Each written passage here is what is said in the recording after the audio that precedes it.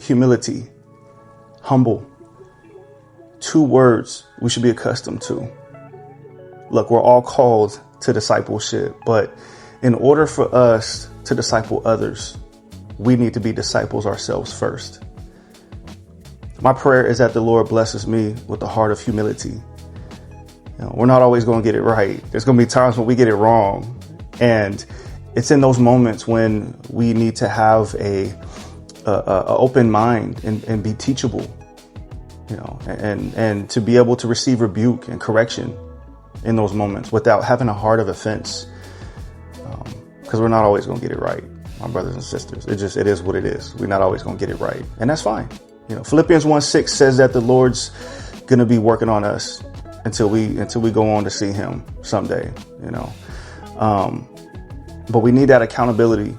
There's a lot of people out here preaching false gospel, and teaching the wrong way, and there's nothing wrong with accountability. But I want to share some scriptures with you. James 4:10 says, humble yourselves before the Lord and he will lift you up.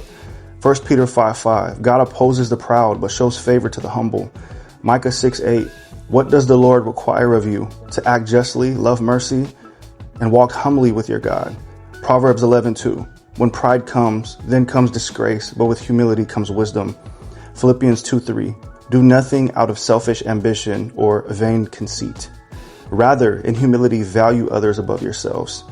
And 2 Timothy chapter 3, verse 16 through 17 says, all scripture is breathed out by God and profitable for teaching, for reproof, for correction, and for training in righteousness, that the man of God may be complete, equipped for every good work.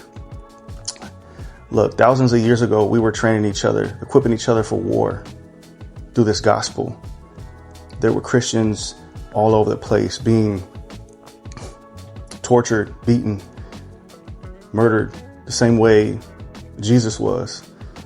And it's still happening to this day, my brothers and sisters. This walk and the cost of discipleship is serious.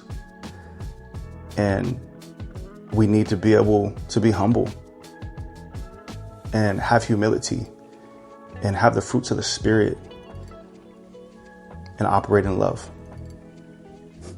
Love y'all.